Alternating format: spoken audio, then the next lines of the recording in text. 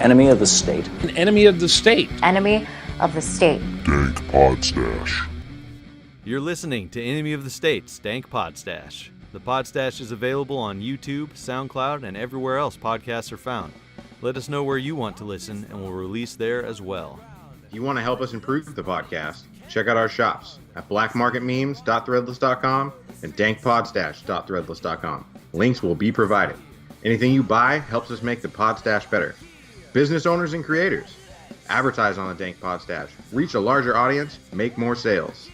Email us at dankpodstash@gmail.com for details. Washington State listeners, please check out Washington State Anarchists and Libertarians Facebook group. Help us expand the Agora face to face.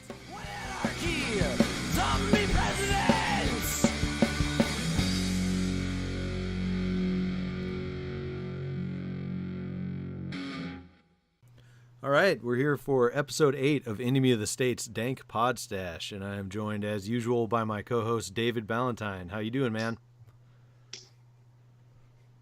I'm doing great. I hope you're doing well. We are also here with Daniel Johnson, who makes better memes than me, as terrible as it is to say that. How's it going, Daniel? It's going very well. How are you guys? You're very nice. Doing good, man. All right. I got to agree with David. So, Daniel. The memes are sick. How do you make such good memes, Daniel? How are they so good? I don't know. A lot of the inspiration was from you, and in a lot of ways, I don't know. It's just a sarcastic sense of humor, and I don't know. I don't care whose feelings I hurt, I guess. That's the key. I think that's one of the definitely the key. You gotta hurt some feelings. To make it good. I laugh at things that probably shouldn't be laughed at. I think that's required. It's an important skill to have. Right. I mean, at least in my opinion. Right. Also, weed helps. That's for sure. I completely wholeheartly agree. I think you're good at exploiting any little chinks in the armor or weaknesses. Like, I think most of my favorite memes that you make are about the Libertarian Party. Yeah, I like to go after them a lot. I also like to, obviously, I like to make fun of Liberty Hangout a lot, and Republicans and Democrats. Typically the one who, I don't know, whatever the hot button issue is, I'll try and make memes and just try and get people to share them. Follow my pages.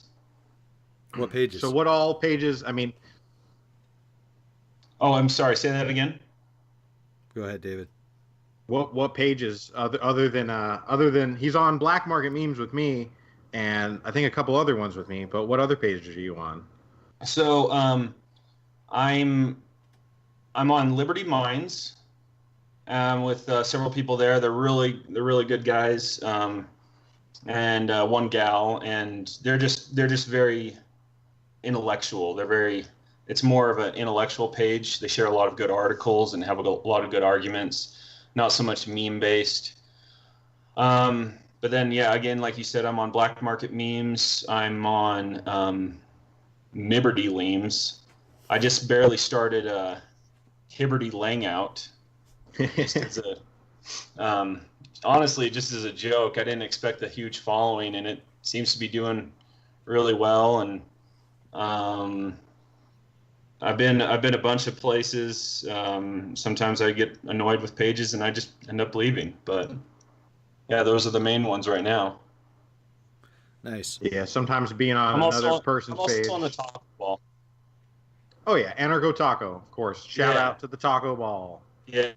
I mean, I get it with getting irritated at other people on a page and being like, I don't want to be on this page anymore. I'm out. Like, I'm out.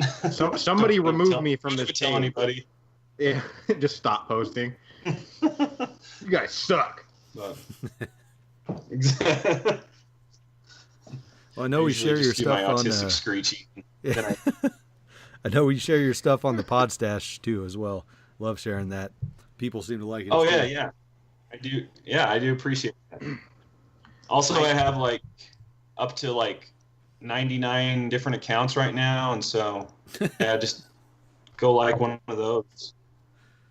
Any I've lost of them count. that I say don't- I Daniel don't know how Johnson? many I have. Hopefully you hit the right one. Right. To everybody listening, a lot of times I steal his memes and then post them, and he gets a little salty that I don't tag him. So Yeah, I'm like, go, hey, tag me, dude. go follow him for his dank memes. So he'll stop yelling at me. Exactly. I don't know. Sorry. That sounds like an Try not attempt to be so salty. an attempt to enforce IP laws there. Better be careful. Yeah. Oh My boy, IP laws. Yeah. his own personal IP laws. Fuck all I'll the just, other I'll IP just. laws. He's I don't writing believe in IP laws, so I'll just shame you. Fucking A. But, What do you like besides memes? oh boy. I'm in Utah. I like guns, outdoors, hunting, that kind of stuff. I'm married. I have 2 kids. My kids are my life. I like reading a lot of the philosophical texts on voluntarism and anarchism and so forth. And yeah, that's basically it. And that's why we are friends. Yeah, solid life, man. Good stuff to do. What? Right. So, what would you recommend for Yeah. as far as reading then? Right now, I'm actually in the middle of No Treason Nice. by Spooner. Almost done with that. That's a really good read. It's deep and a lot of it's hard to understand. But he's pretty solid. He was a good abolitionist and really saw that the Constitution was, like he said, just unfit to exist. Mm-hmm. Hasn't done anything. Yeah, Spooner. And it's actually enabled. It's enumerated how it's enabled the state to, legitimately steal from us and so forth. So Absolutely. yeah, Spooner was awesome. The first time I got through No Treason all the way was probably one of the most the most inspired I've been by, I guess, what would it be, anarchist philosophy. A really, really good read. Right. And it's a point that constantly comes up, especially lately with all the voting talk, is whether or not Spooner endorsed defensive voting or not. Did you take anything away as far as that? Well, I think I can't remember exactly what he said. I want to say that he was not okay with voting. I think he saw it as the way that the state is legitimized. He also is very critical of the secret ballot, Mm-hmm. and saw it as a way to a slippery slope to lie and about who's voting for what and who's consenting for what, and then he calls out anybody that votes. He calls them robbers and thieves, and says that. Oh boy, I don't know where I was going with this. That's No. ADD for you. Yeah, well, that's It a really happens good to the best analysis of us. of it. That's a good summary for sure. Yeah. Yeah, I don't know. That's just been bugging the crap out of me when people bring that up, because I don't believe that he's in favor of defensive voting at all. When he mentions voting in a defensive fashion, he says when there's no other option, and even then, what you're seeing is the opportunity to become a master instead of a slave. So. Right. Like, and I think I disagree with you on this, Nick. I think I disagree that I do hold that voting is violence. Mm-hmm. I don't know. Am I right in saying that? We disagree on that? Yeah, I definitely think we disagree on that. Oh, okay. I mean, I do hold that it is violence, just because it may not be direct violence, and those pulling down the lever in the voting booth, they may lead otherwise pretty peaceful lives, and they may not understand it. But I believe that when you vote, you're consenting for an entity that has to exist with violence and coercion, and you're consenting for other people. And so that's kind of why I hold that it is violence. It may, again, the people doing it may otherwise lead peaceful lives, but the act of voting is probably the most violent thing they'll do in their life.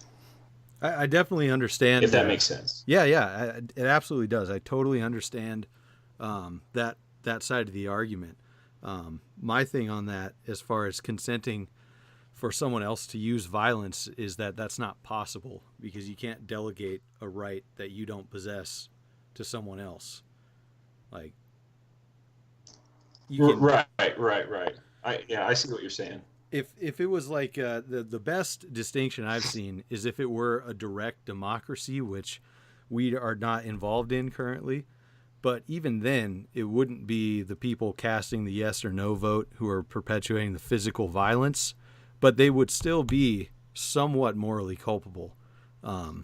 It's in line with, I think, Mark Passio, and I'm sure other people, what they've said about order followers, and he's referring to police and military, Right. being always more morally culpable than the order givers, because they physically enforce the edicts of the people who gave the orders. Whereas if military and law enforcement told them to fuck off, it would just be crazy people fucking trying to tell people what to do, and then that would make the voters even crazier for trying to persuade crazy people to tell other people what to do. So that's where I'm at on that. Right. Well, then does it have to do with intent then? Like, if you vote and you intend to have, like, say, hey, I want this, I don't like marijuana, I want it outlawed, I don't want people to be allowed to use it, sell it, etc. Is that then violence, Nick? Like, because their intent is to utilize the police force to enforce their opinion? I don't think so, because I don't think it's possible for them to utilize the police force. I think they can try to vote that, and I also think they have a right to live in an area where they agree with other people who do, who also don't want that. But I mean, it's not like the police force is in the employ of the voters anyways. They're what they're doing is they're trying to persuade the people who control the police force through, of course, their own stolen money, to tell the police force to do that, to commit that physical act of aggression. So, I got you. If I may, I was going to read something, just a little quote on somebody that did say that voting was violence. Sure. Is that all right? Yeah, go for it. Yeah, there's Karl Wantner said, by voting, it is clear that each voter endorses the governmental system under which he or she lives. By the act of voting, each voter is saying it is right and proper for some people acting in the name of the state to pass laws to use violence to compel obedience to those laws if they are not obeyed. And that's kind of sums up my view. That's why I do believe it is violence, and it may be the most violent act that person will commit in their life. And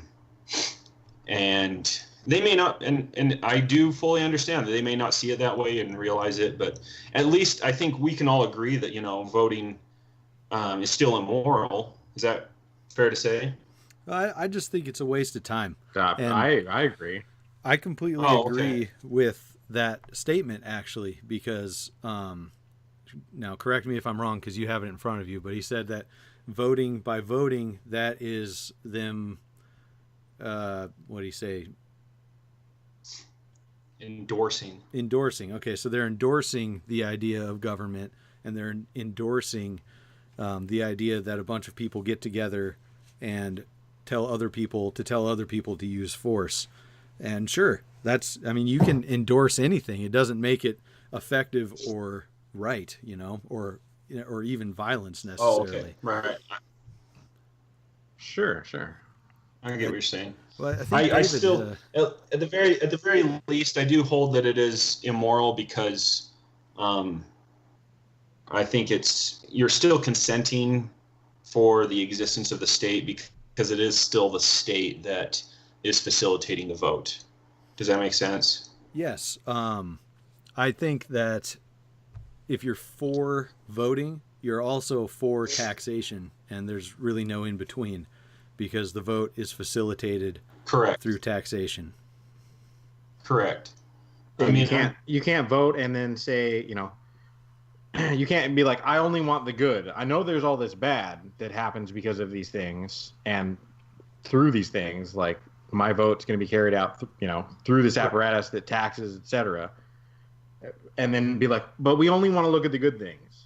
Right. Yeah. How does that make sense? And that's why I'm still critical of defensive voting. I don't think that you can vote defensively.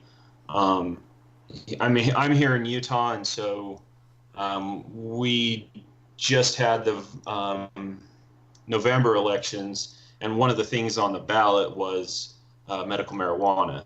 Now, it did happen to pass, but and there was a moment where I was really considering it because I was like, I do want eased regulations on marijuana, but the more I thought about it, and I think it was you, Nick, who kind of just said, you're still endorsing the existence of the state when you vote, and that really struck me, and so I do believe that, it's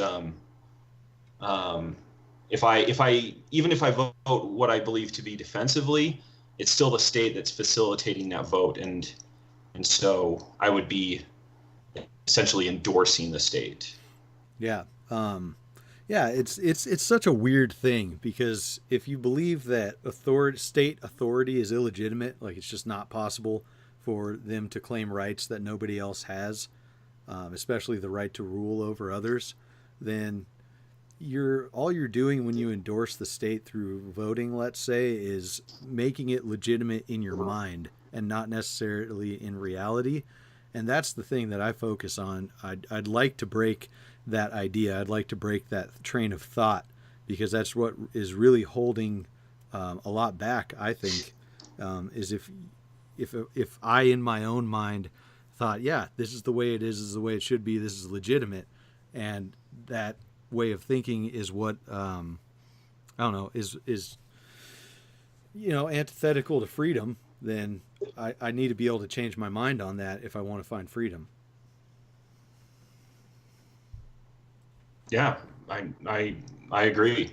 I think it's interesting throughout history, monarchies and kings and so forth, they always convinced people of their perceived legitimate role because they were able to convince people that their rule was from God.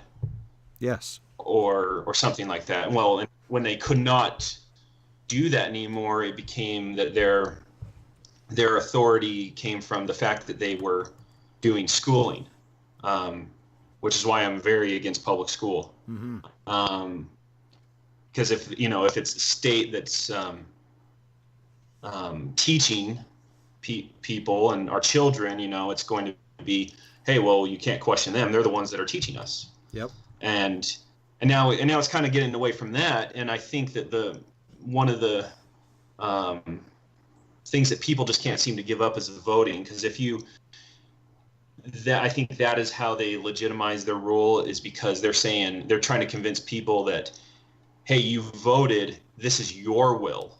This is what you wanted. So you're not questioning, you're not You're not questioning, when you question the state, you're not questioning God anymore, or you're not questioning the actual state. You're questioning the will of the people. How dare you do that?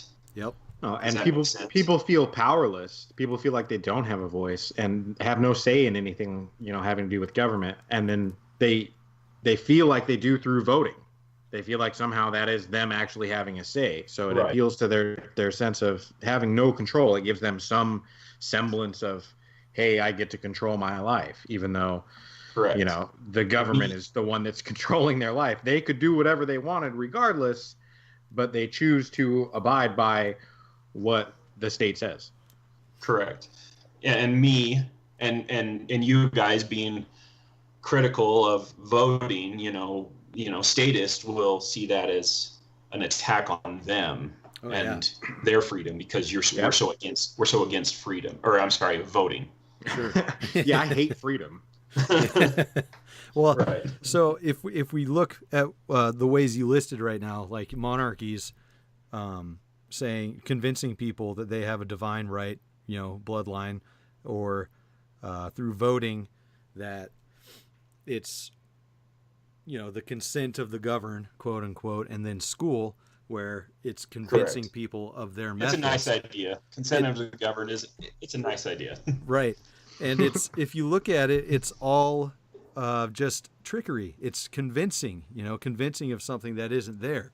And that's the only way that states have ever, made themselves look legitimate, is the shell game and, illusion, whatnot. And if people see through that, they back it up with violence, and then people aren't convinced, but they get their way because otherwise you're going to die. So that's you got to walk that road, you got to walk down the whole breakdown of what everything is. And even then people get pissed. Right. I mean, even if you vote, I couldn't say it any better. Yeah. Even if you vote, well, I'm not trying to force my will on anybody. I'm trying to lessen taxes. I vote no to all these tax increases. You're still forcing your opinion on the people that want the tax increases. As much as fuck those people for trying to steal my money, that's their opinion, right? Mm-hmm. Right. And in my opinion, they should be able to live in an area where they can get, a community of people together to pool their money and buy these things that they want. I don't think they should be allowed to force people into that. Right. But I think that's totally acceptable, that they should be allowed to want people to come together and, pool their money to provide a service that they want. Right. And that's still, you voting no is still saying, no, these people's opinion is invalid and my opinion is more valid. Right. Yeah. And I mean, like you said there, Nick, you said that the government's authority, you just said that the government's authority is based on opinion, mm-hmm. based on how the government is viewed. And I mean, I that's why I try to peacefully persuade people to withdraw that opinion. I envision, I know it'd be hard work and a long shot, honestly, but I envision a scenario where, where 99% of the people have withdrawn their opinion of the government, of the existence of the state. And when that happens, the state will crumble. I mean, Absolutely. Imagine a scenario where they come and try and enforce a law, and it's like nobody believes in that law, and they're not going to follow it. I mean, what could they honestly do? The cops just get laughed out of the neighborhood, and when they try to, start being thugs like they are naturally, people make them polite real quick because they're also armed. So. Right. And that's partly why I make fun of the Libertarian Party so much in my memes, is because they really hold to this voting that they're doing something. They what their go-tos are, what have you done? You're just gonna sit on your keyboard and complain all the time, and at least I'm out here making real change. And I'm like, bitch, my shit posting with my memes has done more for society than any of your voting. Prove me wrong. Absolutely it has. And that's one thing I was going to say. That's why your memes are fire, because they get people to look at it. Even people who aren't already necessarily anarchists, voluntarists, whatever you want to call them. If there's humor and an idea and something relatable in there, it makes people think. Right. I think that also with the memes, getting people to laugh breaks down walls, breaks down barriers. Yeah. Also, I'm depressed, and so helps me feel better. That's good. Laughter is a good therapy. As a depressed person who makes memes, that is an extremely important part. Right. But I mean, if you can break down that barrier that most people have, where they're like, I can't connect to this person, but you break it down and they laugh and they joke with you, and suddenly they'll connect with you on a more human level. They're more apt to try and listen to where you're coming from, as opposed to just be completely defensive. Right. I mean, I think some of you guys still post like memes making fun of anarcho-capitalists, and I do still consider myself an anarcho-capitalist. But those memes are funny, and they make me laugh, and they get me thinking. They break down walls, Just I'll make fun of ANCAPs all day, and yet I still have plenty of ANCAP friends. Is the thing. Right. It's not. I'm not making fun of them because I hate them. Right. I'm just joking around. Like, people make fun of me, and that's fine, as long as it's in good fun. If it's funny, I'm gonna laugh at it. I think. We can all make fun of ANCOMs, though. Is that okay? Absolutely, that's okay. No, it's unacceptable. Yeah, I don't know, man. I mean, make fun of whoever needs making fun of. That's the whole point. Like, a lot of comedians talk about the comedians who see it a little deeper, and that they're the jesters of society now, versus like when there are actual court jesters in a monarchy. Comedians make fun of anybody, everybody, and everything, and through a basis of truth, and it makes people think. Right. Yeah, when you throw in that little seed of truth in there, I can get people to think, I think. I used to make memes that would make fun of agorists, and I've just run out of ideas for that now. Like, I can't think of anything to make fun of agorists for. They're pretty solid. I liked the one that was like, you can't snort coke off a stripper's ass through Bitcoin. Checkmate, agorists. And I'm like, when I saw that, I was like, I don't even know that much about cryptocurrency. Like, why do I have to know about cryptocurrency? Did you see the agorist clapback on that? Did you see the agorist clapback on that? No, I don't know. What was that? Someone printed a Bitcoin dollar, and they're like, checkmate, whoever made this meme. or they have their written code on a piece of paper or printed out, and they just snort the coke through that. So. Oh, like the paper wallet that Mitch was talking about on that one episode. Exactly. Yeah. That's awesome. So you can't touch agorists. That's a challenge. I'll issue that challenge right now. I don't think anybody can touch agorists. They should try. And their memes really are the best. Yeah. Because they have the biggest field to deal with. I mean, they can make fun of anybody. It doesn't hurt their feelings. Yep. Out there selling bricks at the capitalist versus communist rallies and whatnot. Baseball bats. Yep. That's good what stuff. You get for being, in that bottom center.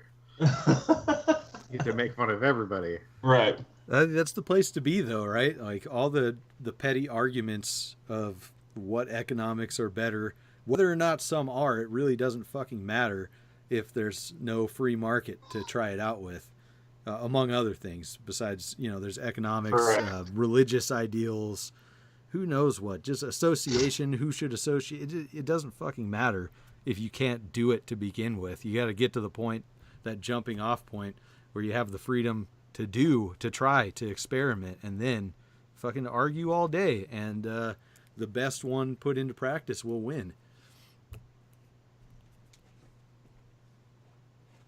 Yep. Hey, I have a question for both of you, and I think we've touched on this in some previous chats before, but what I'm still curious as to the differences between anarcho-capitalism and agorism. And I think I've talked with David about this a couple times. Is agorism just what we have now, and then absent the state, it would just be anarcho-capitalism? Is that fair to say, or I'm not sure. Well, I would say that ANCAPs like to get mired down in theory, and agorists try to practice that theory. Right. I'm trying to find ways to put this without talking shit to ANCAPs. No, you're fine. Well, I hate constantly talking shit to ANCAPs. Let me just say a little bit of talking shit. The majority of ANCAPs that I've met in real life are doing absolutely nothing that they, preach about. They'll preach about it all day long, but they don't really put anything into practice. They just want to hang out in that theory zone and talk about it and think that somehow makes them cool, which is cool to discuss it. It's great and all, but it certainly doesn't warrant some high horse that they tend to like to put themselves on. And that's a generalization. And that's my experience too. I fully recognize that there are a lot of self-proclaimed ANCAPs that really suck. Mm-hmm. Yeah. And they don't believe in, they don't actually. And a lot of times they flip weird. Like if you cross them in some weird way, they'll threaten you with state BS. They'll be like, I'll just sue you with the courts and stuff, because they, most of them have no problem with having their own private courts and stuff, which, I'm fine with people having. I certainly wouldn't live in an area that was like that if we lived in, a stateless society. I wouldn't choose to live somewhere that has private police and private courts. I would just give them the finger just as much as I give anybody else the finger. Where I don't even know where I was going with this. I was just going to talk shit. I think a lot of them, they call themselves ANCAPs. They don't really even adhere to or believe in anarchism or capitalism. Mm-hmm. And they think, as long as I just designate, this state construct as private, now it's okay. Well, so I think that's the thing, isn't it? That's kind of the red flag there. If you need some sort of construct or state to protect your idea of property rights. Right. I mean, and that's why I make fun of groups like Liberty Hangout so much, because they still call themselves ANCAP, and I'm like, what part of you is? I don't get it. That's the fucking problem everywhere, man. It's just people using terms that they want to use and not using the correct definitions of it. It's like, how can you say, in the case of Liberty Hangout, I'm an ANCAP, and then say, oh, hello, fellow Republicans, wearing a MAGA hat? It's like, what the what are you talking about? God. Let me play devil's advocate for a second with that one. Maybe he was trying to infiltrate the Republicans to bring them towards liberty. I doubt it. I also seriously doubt it. He was looking for more followers from that group. Right. He's all up in that 12D chess, apparently. Let me say about so maybe agorism versus anarcho-capitalism, and what agorism is. From what I can tell from at least Konkin's writings, it's the agora, right? The marketplace. And agorism is practicing that freedom of association in transactions, whether or not there is a state. And right now, it's a thing. It's called agorism, however you fucking say it. People say it different. Black markets, gray markets, and all that. But if there's no state to make it a black or gray market, it's not really there anymore. It just, as agorism or black and gray markets, it's the market. It is what is. Right. And that doesn't necessarily support it wouldn't be capitalist ideals or any other ideals. It's whatever works. Right. And that comes that would be the free market in a Mm-hmm. I mean in that kind of, stateless society, no government regulation at all, it wouldn't even be called the free market, it would just be called the market. Exactly. And there's no free market right now. Right. There's not a free market right now. It's like when you go to China and ask for Chinese food and they look at you weird and they're like, "What do you mean, just food?" That's right. You kill me, man. That's a meme right there. That's a meme right there. I'll get working on it right after this. If you don't go make it, I'm gonna go make it. Nice.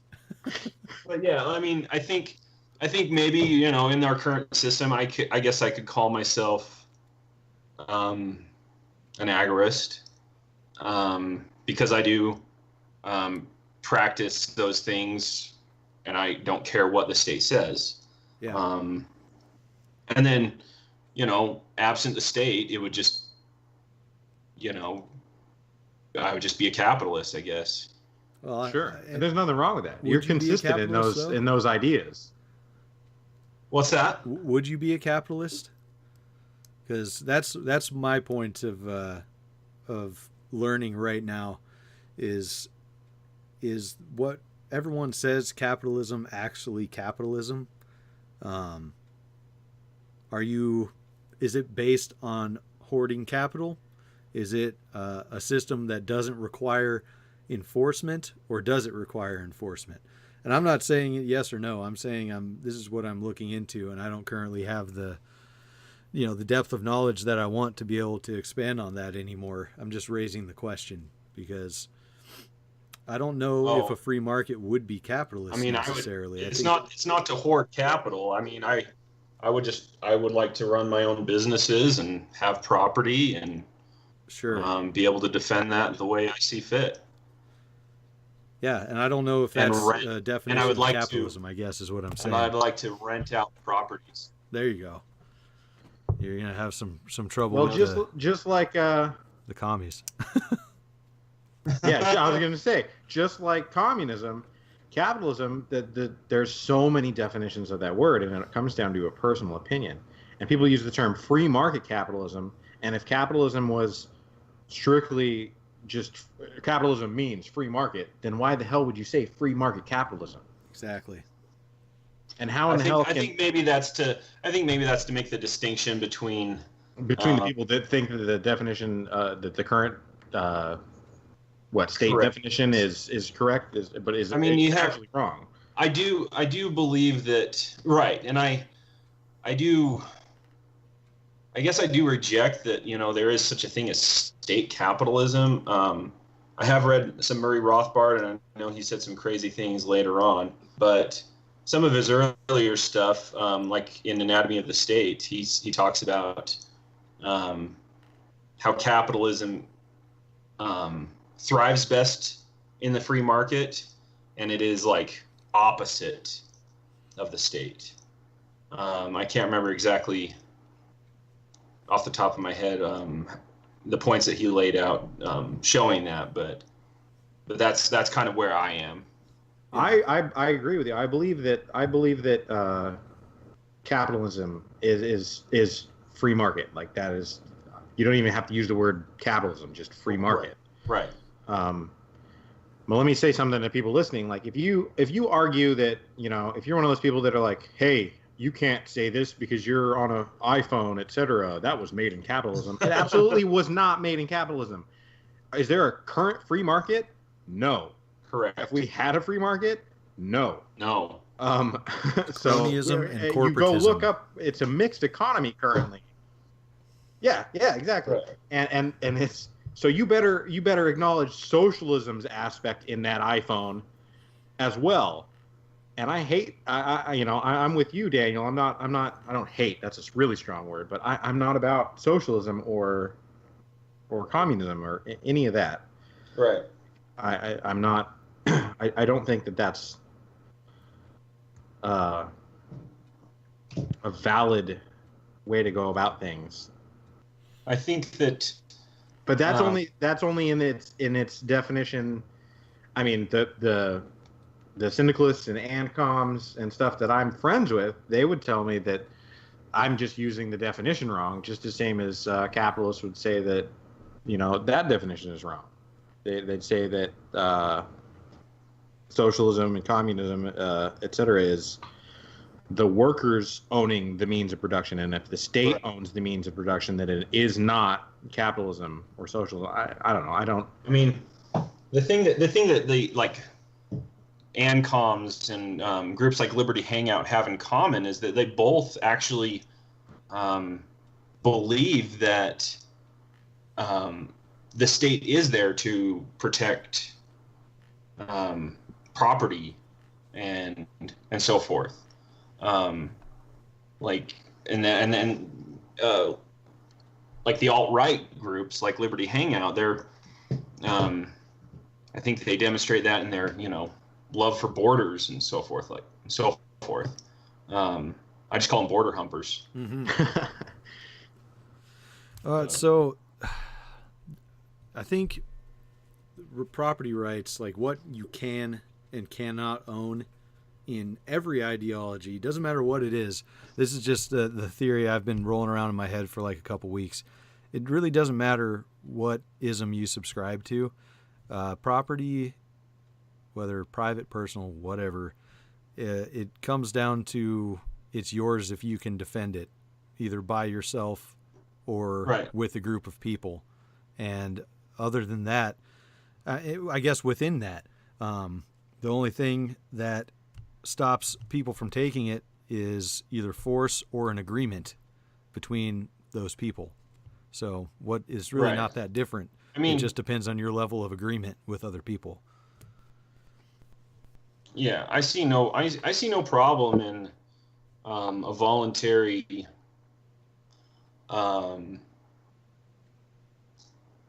I don't know, security force, as long as it's voluntary, protecting a certain community or something like that. I see no problem in that. Mm-hmm. And I always get ANCOMs, wondering how I'm supposed to protect my property absent the state. Mm-hmm. And I'm like, well, what's to stop me from hiring out? Or I just got in this conversation today with somebody, and they asked how would you even evict someone from if you were renting out a property? And I've worked in repossession before, and I think it would be a similar setup like that, where it's more about repossession.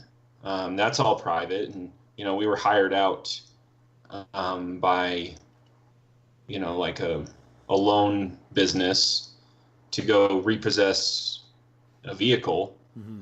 I think evicting someone, you don't necessarily need the state. You could hire somebody out to do that. And then they always come back with problem with that. You're creating a state, then, man. You sell out. Right. and when it gets to that point, I'm just like, whatever. Yeah, well, that's what I'm saying. It comes down to what you can defend. That's what your property is. A scenario I posed the other day is, what if I live in a community where we've all agreed to respect each other's property and not use force against each other? We all agree. You can own property, whatever, and we'll respect that. And say I want a vacation home hundreds of miles away somewhere else. How is that mine if somebody comes along and says, oh, he's absent from this, he doesn't own it, I'm going to claim it? There's nothing wrong with buying that vacation home in a different community that also respects those rights and agrees to defend them while you're absent. That's not creating a state. That's just a good idea if you want to have something that you can't, be present to defend all the time. Correct. I think it's pretty simple. Yep. Other I mean, people I currently live in an HOA. And yeah, this particular HOA sucks, but it's voluntary, and I mean, they help out in some ways. I think a lot of what they do is dishonest, but it's voluntary, and they help respect the private property norms. Yeah, I don't think you're not born into an HOA, whereas you're born into a region controlled by government. So it's a lot easier to choose to associate with them or not. Wait, you didn't sign the social contract? Oh shit! You got me. Oh man, I don't know if that really segues into it or not, but for some reason it made me think of the red flag laws in Maryland we were talking about.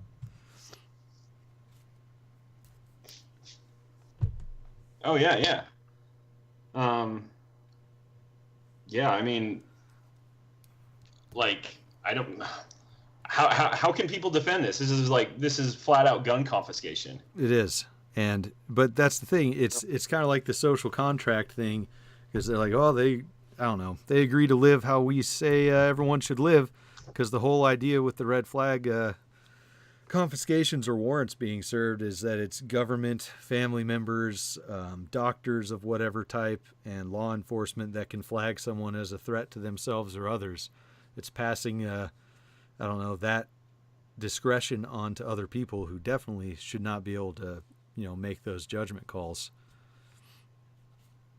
Right. That's not subjective at all. Yeah. I mean, don't look into this at all. I mean, it's sad, it's scary. I mean, there's already been, the first death happened, this last week. Yep. And, I mean, I'm also curious as to how these, supposedly pro-gun groups will, excuse this. Yeah. Or address this. That's what I want to know. Where are these supposed 3%ers? Like, shouldn't they be going and attacking whatever police force just killed a guy for trying to defend his right to own guns? No, that's where they are. The 3%ers are busy confiscating the guns. That's exactly it. Yeah. Exactly. I mean, they're probably all cops, and yeah, we're just busy sucking cop dick. Mm-hmm. LARPing as patriots. Yeah. Right. Yeah, I don't know. I get pretty discouraged when I hear stories like this, because I'm like, look how much they've done. If we haven't fought back by now, at what point are we going to? I don't know. I get very discouraged. Oh, I do too, man.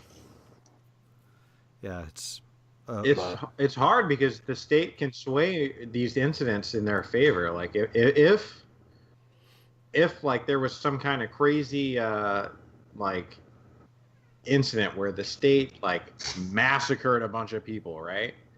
Oh, like Waco. Yeah.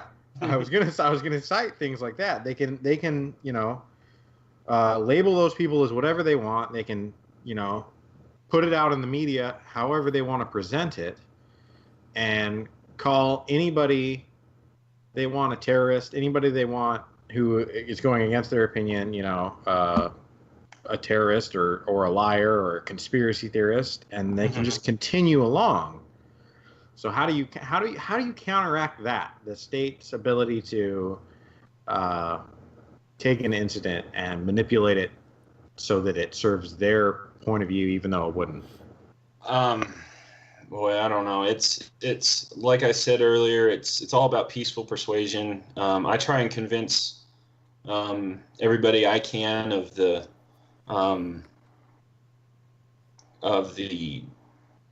honestly how much I despise cops.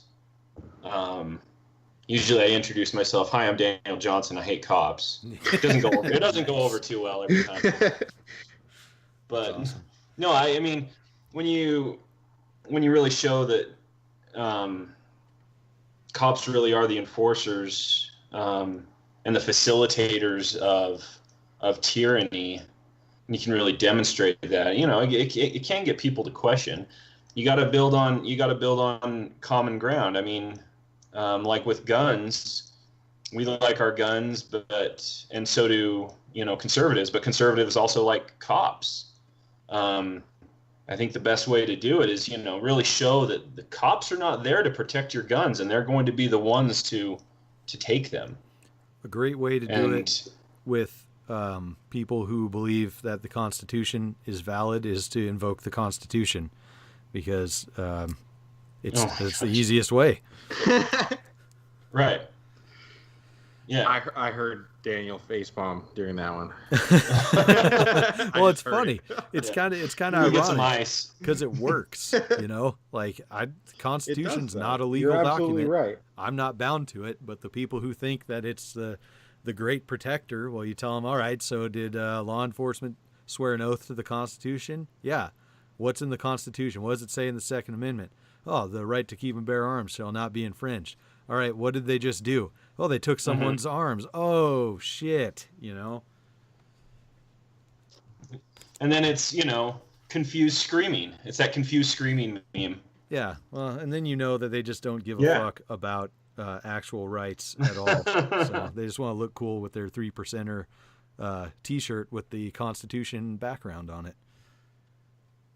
Or tattoos. Right. But so one thing. But speaking of guns, do you guys have a favorite gun? I like a lot of guns. I don't know. Do we not talk about that? I don't talk about that. I don't. All my guns are gone. I don't know where they are. I lost them in a boating accident. Oh yeah, I forgot. Well, I grew up bird hunting with my dad. You can't see me. I'm flexing right now. Those are my favorite guns. I grew up bird hunting with my dad with a Remington 870, and I really like those. Those are great shotguns, especially the Wingmaster. Right. But sweet. But you did lose that in a boating accident. Oh, I never owned that. I don't know. My favorite gun, probably that I've ever shot, is a Sig P220. I really like it. It's a good 45. Yeah, as an ANCAP, my favorite one is a McNuke. I think it's kind of required, Now, how do you go about losing that in a boating accident? You got to get that nuke launcher. What's that? How do you go about losing that in a boating accident? You set it off. Yes. Daniel is the reason Godzilla exists. Oh, right. Help us, Matthew Broderick. Yep. Oh God. Let me just say, that was the worst Godzilla movie ever. Ever. What, you don't like? Hey, there's a new one coming out. It looks pretty good. I haven't seen the previews for the new one. What was his name in that movie? I just want somebody to try to pronounce his last name in that movie. Matthew Broderick's character? Yeah. I have no idea. I don't remember. Was it like some weird name? Yeah, it was something crazy, and I can't think of it. Everybody grabs their phones. It's like, oh, what is it? Hold on, I'm Googling this right now. I wanted to go back real quick as far as how to countermand the media's like super quick ability to spin a story in favor of the government. I think independent journalists or media on online platforms do a good job of that, and are starting to, if not already do, have more reach.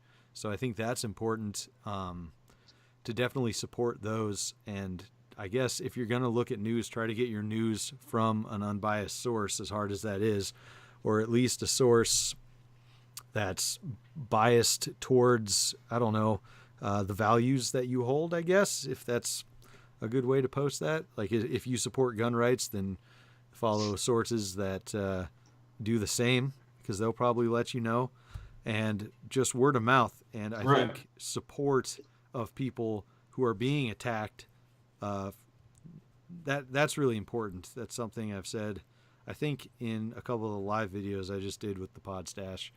But that why is the Bundy Ranch situation the only time that people have physically rallied around somebody? And that wasn't even like that big of a deal. Like, he's grazing on government property and not paying taxes on it, right? Because he claims he was there first. Like, that's what people decide they're going to rally around? Seriously? And we can't get together in numbers large enough to defend a guy who gets killed for his gun when he doesn't want to give up his guns?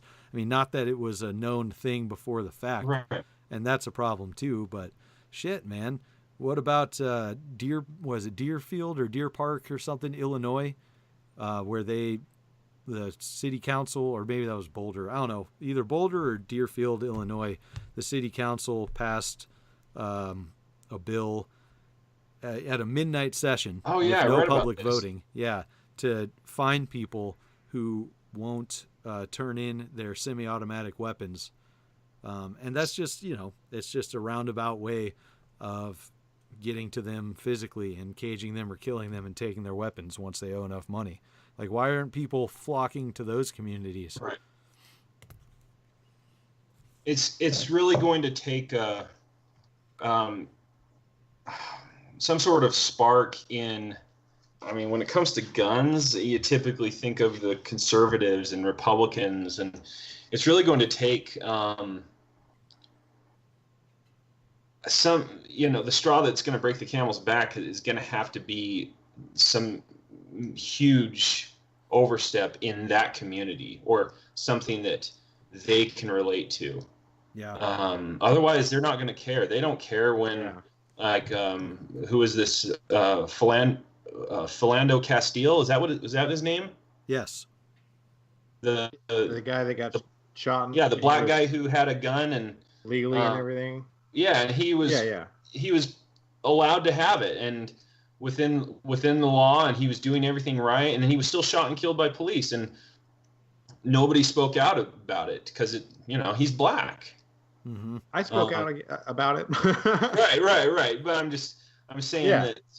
Well, people spoke out about it, but no one did anything. And I'm not saying that I'm not guilty of that either. I didn't do anything. I didn't go there and protest or anything like that either. Right. And so, I mean, it's I guess going to take something huge. Yeah, it's going to take massive, probably large scale attempts at gun confiscation, I believe. I don't know. I'm in Utah, and we just the voters just passed medical marijuana. Well, some of the rumors are that, and I know they've done this in like a dozen other states or something, where if you have a medical marijuana card, you get a notice in the mail and saying you're required to turn in your guns at this place by this time. That is happening in Utah. And that's kind of. Is that what's happening? Now, what if everybody showed up there? What if everybody showed up there with their guns, but not to turn them in? that would probably. Right. So you're saying that is what's happening? No. That hasn't happened. Yeah, that's kind of the rumor going around that's what's going to happen. Hasn't that happened? That happened in Hawaii and Pennsylvania. Yes, that has happened elsewhere, and the rumor is that will happen here as well. And so we'll see what happens. Well, if that's one of the stipulations that the legislature puts in. I don't know what's happening in Pennsylvania, but I know in Hawaii, the sheriff's department was putting that into effect and got completely shut down, and so it's not happening anymore. Oh, okay, that's good. That's good to know. How'd they get shut down? I can't remember. They voted, dude. Yeah. They voted. No, I can't remember if it was. Did it? I think it was another government entity that was like, no, don't do that. You can't do that. but I can't remember. I'd have to look it up. I really don't think that would go over as well in Utah. But government's valid.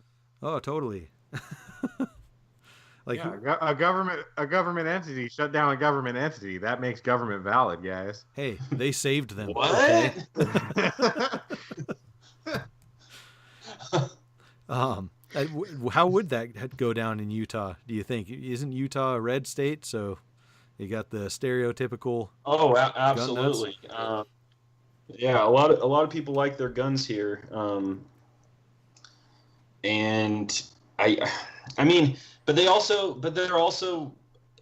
like their cops. Mm-hmm. They love their law enforcement, and so I don't know. I don't know if even in Utah that would be the spark that kind of just rallies people to take a stand against the overreach. Well, I mean, all reach from the government is overreach. I'm just saying, but no, yeah, I get what you're saying. Yeah, it's a fucking dangerous thing that now that I'm really thinking about it, it's kind of scary because like if it's gone down and then been reversed in Hawaii, gone down in Pennsylvania possibly, and then there's a death and actual conversation or confiscations in Maryland. And then I think, David, before the show, you were saying there's 5 states with red flag laws. Like, if this is how it's going. Yeah, we're one of them. Yeah. If this is how it's going, like, what more spark is going to be needed? It's going to be incrementally increasing until the noose is too tight to slip our heads out of. And I think that's probably the plan. Right. That's probably the plan. So. Right. I feel like with the whole, since states are, now starting to, either medically or recreationally legalize cannabis, I think that they're going to try all sorts of fun things with that, especially with guns. Right. Obviously, they are already.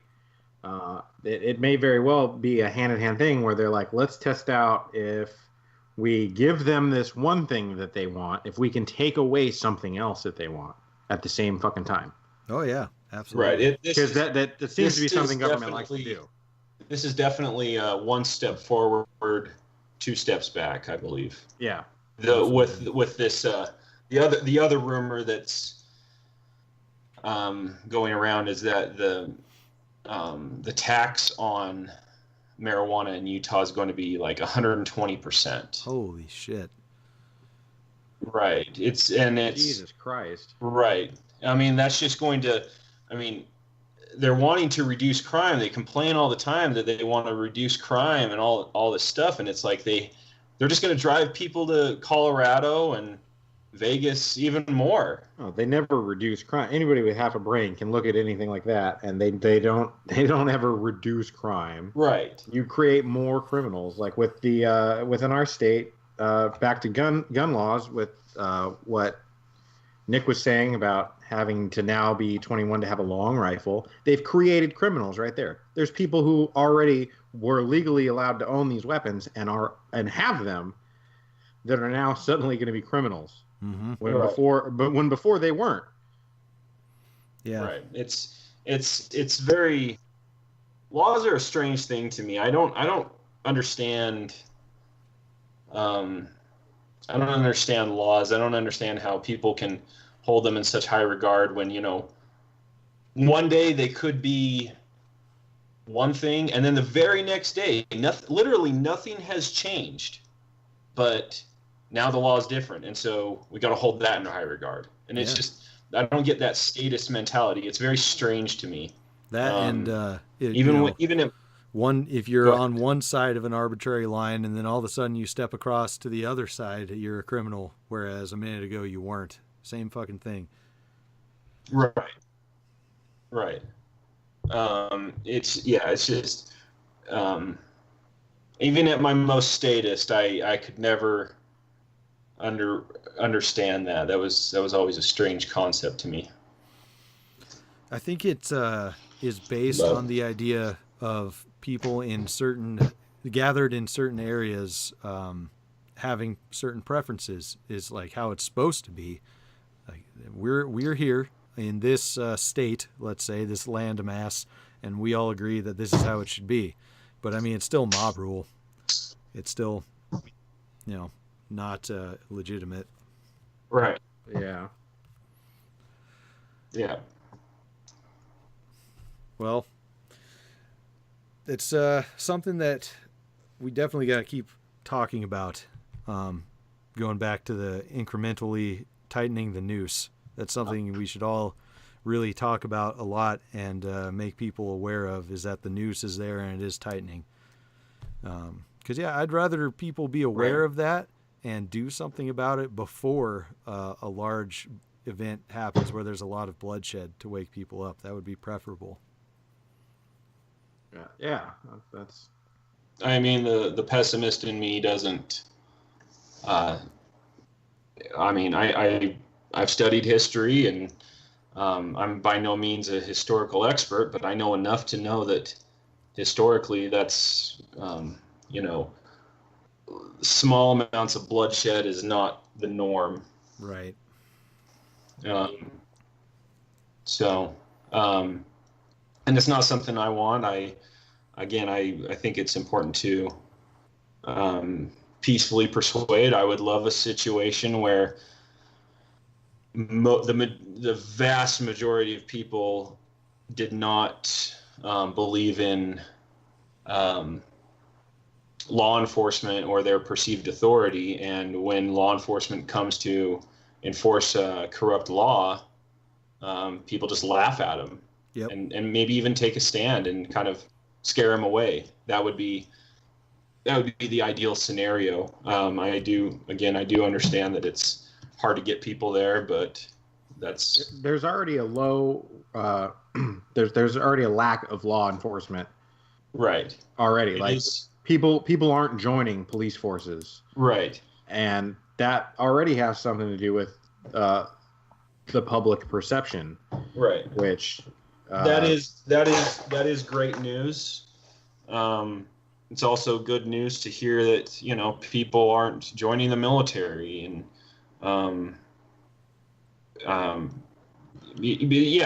say that this is that we hate our troops, or that this is a war on cops, and I'm like, no, people just don't want to be cops, and that's a good thing. Hopefully, but then right reasons. It's gonna. Yeah. Right. Hey, if somebody is legitimately scared, if somebody is thinking about being a cop and is legitimately scared that, hey, people may not like me and maybe I'm putting myself in danger, and they don't want to join because of that, I think that's a good start. I think you could then speak to those people and say, hey, it's a good thing, and this is why, and explain to them that, cops are just these enforcers of these immoral rules. Definitely tell them there's what other about ways the people to that talk about help the community out too. Sorry, go ahead, David. Right. Absolutely. What about people that are now throwing around the idea of mandatory service, be it military or police? What if they start forcing people into, in a draft kind of idea? Fucking try it. That would. Yeah. I mean, for me, I would be able to rally a lot of people around, around the cause of freedom with that. Right. It's easy. I think it's easier to convince people that conscription is slavery. You do have those hardcore right-leaning ones that call them draft dodgers and so forth, but I think it's easier to convince people that about the immorality of conscription. Going back to voting, I mean, this is just like on the group chat, we can't stay on topic here, but going back to voting, I mean, a lot of governments have mandatory voting, and that's how they. That's just a funny. That's how they convince people that their rule is legitimate. Yeah. You will if they have mandatory voting. Our rule, all right? and you'll be happy about it. Right. Because this is from, we'll make you vote, and then we'll say that this is really from you. You consented, even though we forced you to do it. It's like getting the driver's license. You have no say in saying what you want. Right. That's right. I mean, even North Korea has voting. Yeah. People forget that. But you have to vote for. Right. Well, hey, did you guys see the things? It's so weird that we want to hold voting in such high regard. Did you see the things going around, the your voting score that people are getting in the mail? Oh, I haven't seen it personally, but I've seen it like on social media and stuff. Yeah, actually, my wife got one from the Democratic Party of Utah. Oh no! And they said it's like vote shaming. Yeah, they're like, you haven't participated in a while. That's not something you really want to do. And oh boy, I have to bring up this picture to kind of. Did it have her see what it said her here. score? Like, was she in the middle ground with like a little graph versus other people, like your neighbors? Right. You're right. They have a little little graph, and it says excellent was 3 stars, and it's like a rating, and good was 2 stars, and then below average was 1 star, and so she was put in 2 stars. Mm-hmm. So she was good, and so it kind of like, oh yeah, you just weren't good enough. Well, but and her comparison to like the neighborhood was the same as the neighborhood, and everybody else in the neighborhood was really good, was perfect. Sure. Somebody needs to find all that data and make the opposite and send people the opposite. Like, good job, man. I need to find all the data where voting has actually reduced government. Yeah, exactly. That's what I'm waiting to see. Someone, listeners, find that data. Give it to me. I constantly ask. I want to know when government has ever reduced its own power. Right. No one can ever answer that question for me. Yeah, after we voted, yeah. As far as how good you are at voting score, I think that's racking a point up for the conspiracy theorists there, because that goes along with that. I think it was a while ago, and I think it's just kind of people forgot about it because it's fucking happening. But how they're saying the government's going to start scoring people. You're going to have a citizen score like they do in some Asian countries. Oh, yeah. It's fucking happening. That's what's going on. China has that. It's very Orwellian. It's like, oh my gosh, this is the kind of stuff from like 1984. Exactly. Yeah, imagine when your voting it's happening so slowly, though. Imagine when your voting score is going to affect your ability to use, say, a credit card or your credit score or something like that. Is that far off? Maybe not. Right. I don't even have a credit score. I laugh. What was the other thing I saw? I saw something else recently. I can't remember. Oh yeah, it was those billboards that just say "vote." Mm-hmm. I'm like, holy crap! That's straight out of the movie They Live. Yeah. Right. I was like, whoa! What is this? This is psycho. This is crazy. Yeah. Wake me up when they start putting Brondo ads up, and I'll be right in there. It ain't gonna be long, dude. Yeah, have you seen who's president? Like, we're getting there. It's funny. I was just watching be the House of Representatives. I was watching the clip. I was watching the clip of Trump talking shit to CNN reporters, and I was just like, "That's some of the." I really don't watch a lot of like Trump stuff or any government stuff, but just seeing him there in that position was really weird. It's like, fuck, Donald Trump is telling this politician to sit down and shut up with the seal of the President of the United States behind him. This is fucking weird. Right. It is. I view it the same way. It's I don't know if you guys have ever seen Back to the Future. I always think of movie references. Sorry to get off topic, but imagine what it was like when Reagan first became president, because he was an actor. Yeah. Yeah. And in the movie Back to the Future, Doc Brown asks Marty, okay, future boy, who's the president in 1985? And he says Ronald Reagan. And he goes, ha! Ronald Reagan, the actor? Yeah. I mean, it's... But yeah, we're in a... And it's not that I don't know. Even if I believed in the state, I would have no problem with that if they were the most qualified. But it's just they're celebrities. They really are celebrities, and they're determining. Sorry, that was my dog in the background. It's okay, Anarcho Doggo. Yeah.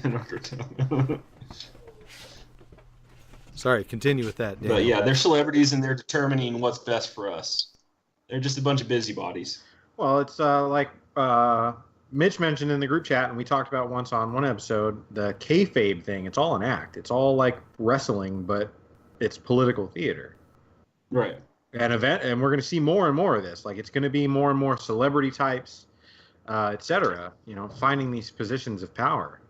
Hey, David, if we had Adam Kokesh, we wouldn't have this problem, man. I still see people in comments being like, I'm not for like, these other candidates, but I am all for Kokesh and blah blah blah. I'm like, dude, just go kill yourself. Like, oh my god.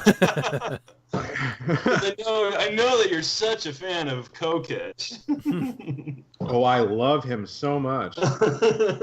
He's my favorite. What's weird is I this is definitely off topic, but whatever, I don't care. I used to watch him. I used to watch him when it was Adam versus the Man, and right, yeah, and I'm like, oh, this is kind of interesting, and I didn't know a whole lot about much then, and I'd listen, but I always got this weird feeling. I was like, this guy, he just looks like he's hungry for influence and power and attention. I never got that. I did like those videos, but. And I actually did go to one of his events, believe it or not.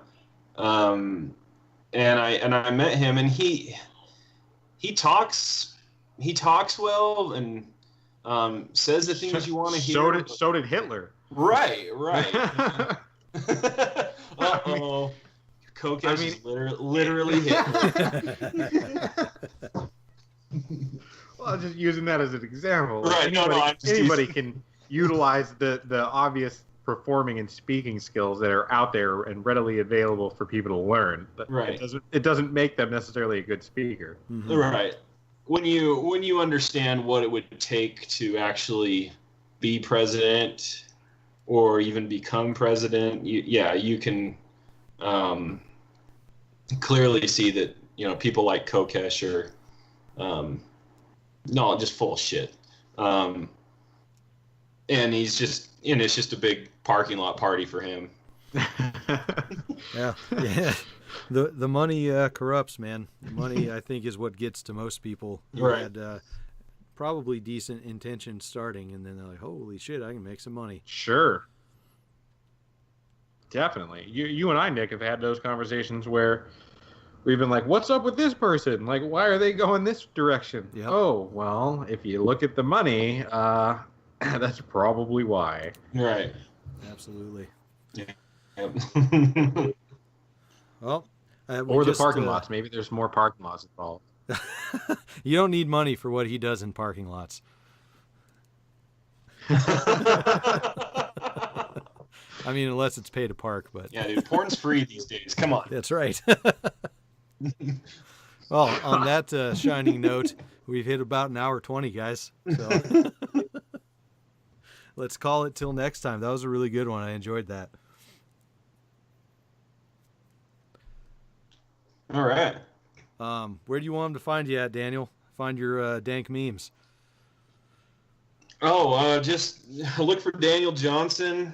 My profile picture says it's okay to block people. That's my main account. I really don't like blocking people. I try to, accept everybody's friend requests, but I tend to get in a lot of arguments and then just block because I'm finding a lot of people intolerable. So that's your right. But that's my main account. Also, go like Hibberty Langout. That's my page that I'm running right now. Yeah, definitely check it out. And if you steal Daniel's memes, fucking tag him. I will shame you. He shames me all the time, guys. Shame. David, where can they find us, man? Well, you can find us obviously here if you're listening on YouTube. So if you are listening on YouTube, give us some likes, some subscribes, hit that notification bell so you can hear, or well, I guess hear, so you can know when we post more content. We're going to be upping content soon. Like our Facebook page, Enemy of the State's Dank Pod Stash. You can find, obviously, me, David Ballantyne, or Nick Irwin. You can just look us up. Or do we have are we going to have a website soon, or do you know what's up with that? Yeah, we're That's working kind of on an it. announcement. I've right been there. slacking on it. I got to send some images and stuff, but other than that, it's getting close. But we will have a website, and we'll let you know about that for sure. Also, we finally got the issues worked out with iTunes, so we're on iTunes, available for download. All the people who source through iTunes for podcasts. Also available for 5-star reviews on any of these. You fucking freeloaders. Hit us up with some 5-star reviews if you like us. And our Threadless shops too. dankpodstash.threadless.com and blackmarketmemes.threadless.com. Help us out. We like bringing you a high quality product, and you can help us do that by getting your own high quality products from them. So yeah, great cast, guys, and we'll see y'all next time. Okay, see you guys. Auf Wiedersehen.